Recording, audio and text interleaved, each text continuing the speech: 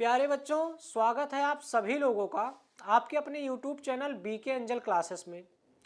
बच्चों, पिछली वीडियो में हम लोगों ने चैप्टर नंबर 1 वास्तविक संख्या के अंतर्गत जितने भी प्रश्न थे उन सभी प्रश्नों को बारी बारी से हल किए थे।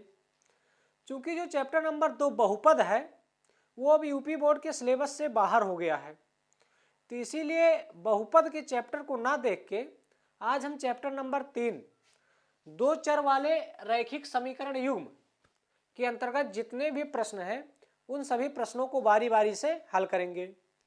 तो प्रश्नों को हल करने से पहले कुछ बेसिक बातें हैं, उन बेसिक बातों को हम पहले देखते हैं। चूंकि इस चैप्टर का नाम है दो चर वाले रैखिक समीकरण युग्म। दो चर वाले रैखिक समीकरण युग्म नाम क्यों रखा गया, इस बात को हम जानेंगे। उससे पहले ये जानेंगे कि बहुपद और समीकरण में क्या अंतर है।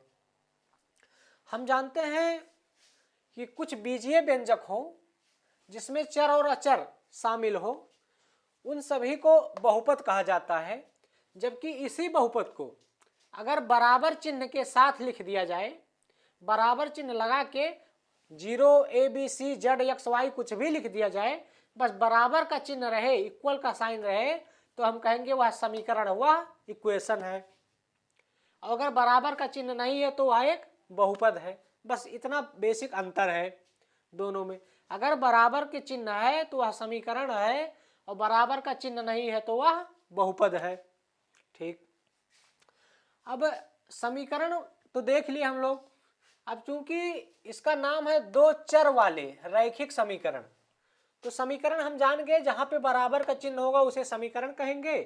और इस चैप्टर में चूंकि हम समीकरण के युग्म को देखेंगे, समीकरण के युग्म का मतलब ये होता है समीकरण का जोड़ा, मतलब दो समीकरण दिया होगा। जितने भी प्रश्न होंगे उसमें दो समीकरण दिए होंगे, दो समीकरण दिए होंगे, साथ ही साथ वो समीकरण कैसे होंगे, रैखिक होंगे, और उन समीकरणों में दो चर होंगे। तो हम दो बातें और जान ले कि रैखिक क्या होता है और दो चर कौन कौन से होते हैं, या चर किन्हें कहते हैं, तो हम आसानी से क्लियर कर लेंगे कि दो चर वाले रैखिक समीकरण युग्म कौन कौन से हो सकते हैं। तो हम जानते हैं कि समीकरण ये हो गया, कोई भी प्रश्न होगा उसमें दो समीकरण दिया होगा, और वह समीकरण कैसा होगा, रैखिक होगा, और साथ ही साथ चर, दो चर वाला होगा। तो पहले जानेंगे चर किसे कहते हैं। चर उन संख्याओं को कहते हैं या उन अक्षर को कहते हैं जिसका मान स्थिर ना हो, जिसका मान फिक्स ना हो। जैसे यहाँ यक्स है, ये यक्स चर है, वाई चर है, यक्स वाई दोनों चर है। मतलब यक्स के जगह पे कुछ भी आ सकता है, ये निश्चित नहीं है कि क्या हो सकता है, ये चर होते हैं। जबकि जिसका मान फिक्स हो वो अचर होते हैं। जैसे 5 अचर है, 7 अचर है, 2 अचर है, 9 अचर है, 5 अचर है, 8 अचर है, 7 अचर है। जबकि एक्स वाई जेड ये सभी चर हैं, इनका मान कुछ भी हो सकता है। अच्छा, इसमें प्रश्न कैसे पूछा जाता है? प्रश्न इस प्रकार से पूछा जाता है कि दिए गए समीकरण को हल करके जो है बताइए कि एक्स या वाई जो चर हैं उनका मान क्या होगा, या ऐसे ही पूछा जाएगा। ठीक है, तो पहले देख लिए हम लोग कि चर कौन कौन से होते हैं, चर किन्हें कहते हैं, अचर किन्हें कहते हैं, समीकरण किन्हें कहते हैं। अब रैखिक की बात आ गई, तो रैखिक समीकरण वे समीकरण होते हैं, रैखिक मतलब होता है एक रेखा, एक रेखा मतलब एक लाइन। इसे हम ज्यामितीय रूप में देख सकते हैं कि एक रेखा है, एक लाइन है। बट लिखे अगर इसे समीकरण के रूप में लिखना हो तो हम कैसे लिखेंगे, वही जो है रैखिक समीकरण बता रहा है। तो जब भी जो अचर पद हैं इनका अधिकतम घात 1 हो तो वे समीकरण रैखिक समीकरण कहलाते हैं। जिस समीकरण में जो चर पद हैं इसका अधिकतम पावर 1 हो तो वे सभी रैखिक समीकरण कहलाते हैं। चूंकि यहाँ यक्स के अधिकतम पावर 2 है तो यह एक रैखिक समीकरण नहीं होगा। इसके y के अधिकतम पावर 1 है तो यह एक रैखिक समीकरण है। चूंकि यहाँ चर यक्स है, y है और z है, यक्स की भी पावर 1 है, y के भी पावर 1 है तथा z के भी पावर 1 है, तो हम कहेंगे कि यह भी एक रैखिक समीकरण है। तो हमें इस जो है चैप्टर में ये पढ़ना है कि वे रैखिक समीकरण युग्म जिनमें दो चर हो। तो हम देख रहे हैं कि इसमें एक चर है, तो ये जो है दो चर वाला रैखिक समीकरण नहीं हुआ। इसमें भी एक चर है केवल y, तो ये भी दो चर वाले रैखिक समीकरण नहीं हो सकता। ये रैखिक समीकरण है लेकिन दो चर वाला नहीं है, एक चर वाला है। तो कुछ उदाहरण दिए हुए हैं, इन उदाहरण को देखकर हम बता सकते हैं कि कौन कौन से दो चर वाले रैखिक समीकरण है, कौन कौन से दो चर वाले रैखिक समीकरण नहीं है। तो उदाहरण ये है, जैसे उदाहरण नंबर 1 है 8x + 7y + 2 = 0। बराबर 0 हो गया, बराबर कुछ भी हो सकता है। अगर बराबर के चिन्ह है तो इससे क्लियर हो गया कि ये समीकरण है। और चूंकि यहाँ एक चर ये है और एक चर ये है, इसके पावर 1 है और इसके भी पावर 1 है, तो हम कहेंगे कि इसमें दो चर हैं, x और y दो चर हैं। तो जो दो चर वाला, और चूंकि इसके पावर 1 है तो ये रैखिक समीकरण हो गया। तो हम कह सकते हैं कि यह दो चर वाला रैखिक समीकरण है। इसको देखें तो चूंकि इसमें जो केवल x आया है, इसमें केवल एक चर है, इसमें केवल एक चर है क्योंकि, तो इसको लिखेंगे एक चर वाला। और ये रैखिक समीकरण है क्योंकि इसके पावर 1 है, इसका अधिकतम पावर 1 है। तो ये हो गया एक चर वाला रैखिक समीकरण। एग्जाम्पल नंबर 3 को देखते हैं। तो चूंकि इसमें x और y दो चर है, तो हम कहेंगे कि ये दो चर वाला है। साथ ही साथ इसके पावर 1 है, इसके भी पावर 1। x या y या z जो भी चर पद हो, उसमें किसी भी चर के अगर अधिकतम पावर 1 से अधिक हो गया तो वह रैखिक नहीं होगा।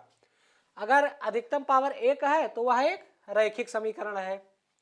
तो यहाँ x y दो चर हैं तो दो चर वाला हो गया, इसके अधिकतम पावर 1 है तो हम कहेंगे यह एक रैखिक समीकरण है, यानी दो चर वाला रैखिक समीकरण है। एग्जाम्पल नंबर 4 है कि 8x² + 6y = 3।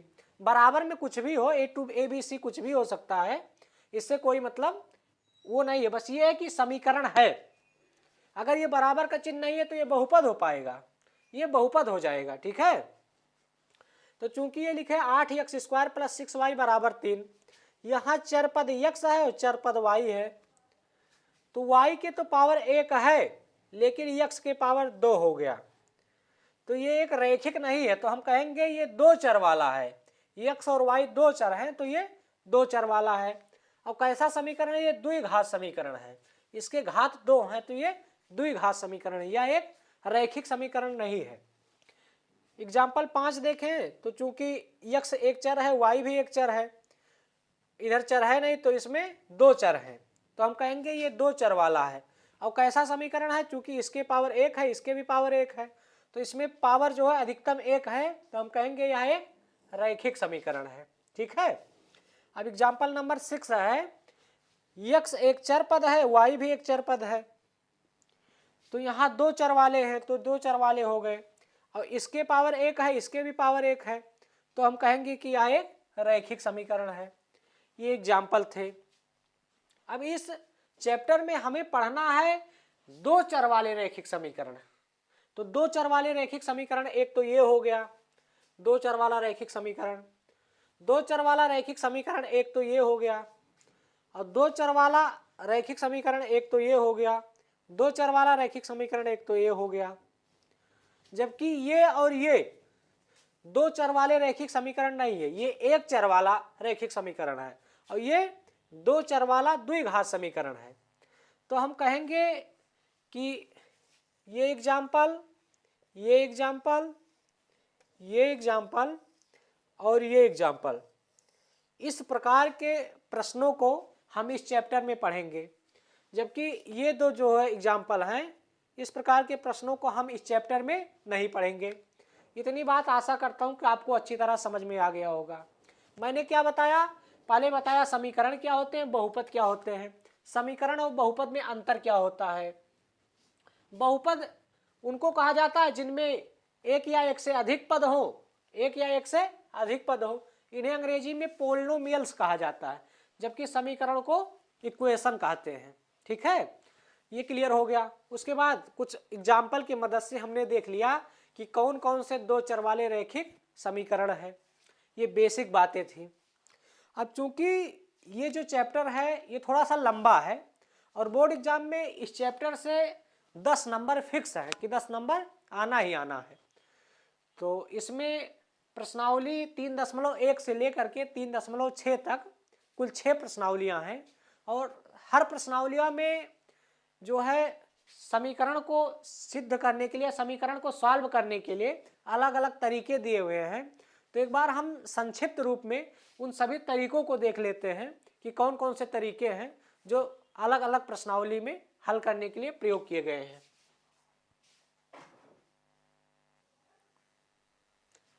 तो इस चैप्टर का ओवरव्यू ये है कि दो चर वाले जो रैखिक समीकरण हैं इनको हल करने की कौन कौन सी विधियां होती हैं। विधियां ये है कि जो प्रश्नावली 3.1 तथा 3.2 है इसमें ग्राफीय विधि का प्रयोग किया गया है कि जो है समीकरण दिया होगा, अब इन समीकरण को ग्राफीय विधि से हल कीजिए। तो चूंकि 3.1 तथा 3.2 में ग्राफीय विधि जिसे ज्यामितीय विधि भी कहा जाता है, जबकि प्रश्नावली 3.3, 3.4, 3.5 में अलग अलग सी विधियां हैं। इन्हें बीजगणितीय विधि कहा जाता है। बीजगणितीय विधि के अंतर्गत एक प्रतिस्थापन विधि होता है, इसे हम 3.3 प्रश्नावली 3.3 में इस विधि का प्रयोग करेंगे, जबकि प्रश्नावली 3.4 में विलोपन विधि का प्रयोग करेंगे। साथ ही साथ प्रश्नावली 3.5 में वज्र गुणनखंड विधि द्वारा समीकरण को हल करेंगे। और इसके अलावा जो प्रश्नावली 3.6 है उसमें हम इन सभी का प्रयोग करके एक मिक्स क्वेश्चन आएगा, उस जो है प्रश्न को हल करेंगे। तो ये आपका ओवरव्यू था इस चैप्टर का। अब चलते हैं, मिलते हैं अगले वीडियो में प्रश्नावली 3.1 के साथ।